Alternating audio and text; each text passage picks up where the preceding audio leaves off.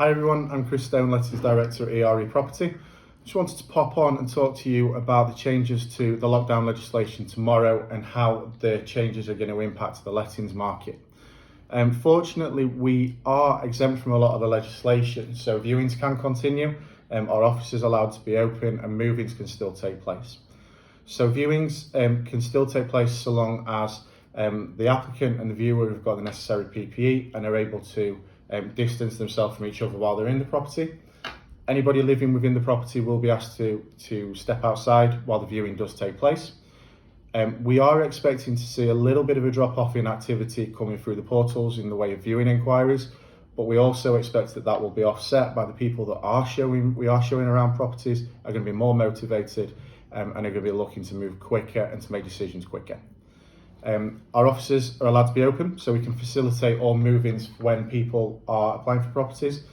Our staff will be in the offices, although they will be working to appointments only. It will be closed door policy, so anybody wanting to come in will need to pre-book those appointments.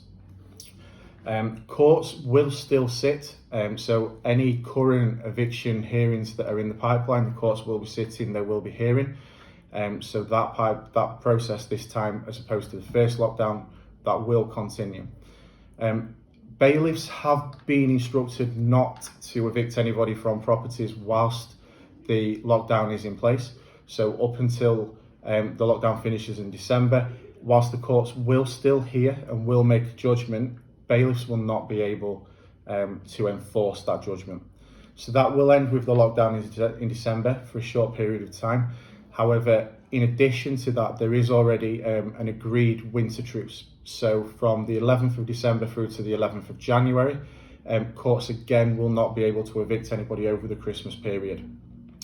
We understand that landlords, one of their biggest concerns at the moment is rent arrears, and the extension of the furlough scheme does give them a bit of an opportunity to explore the options that are available to them and how they can protect themselves through these next couple of months.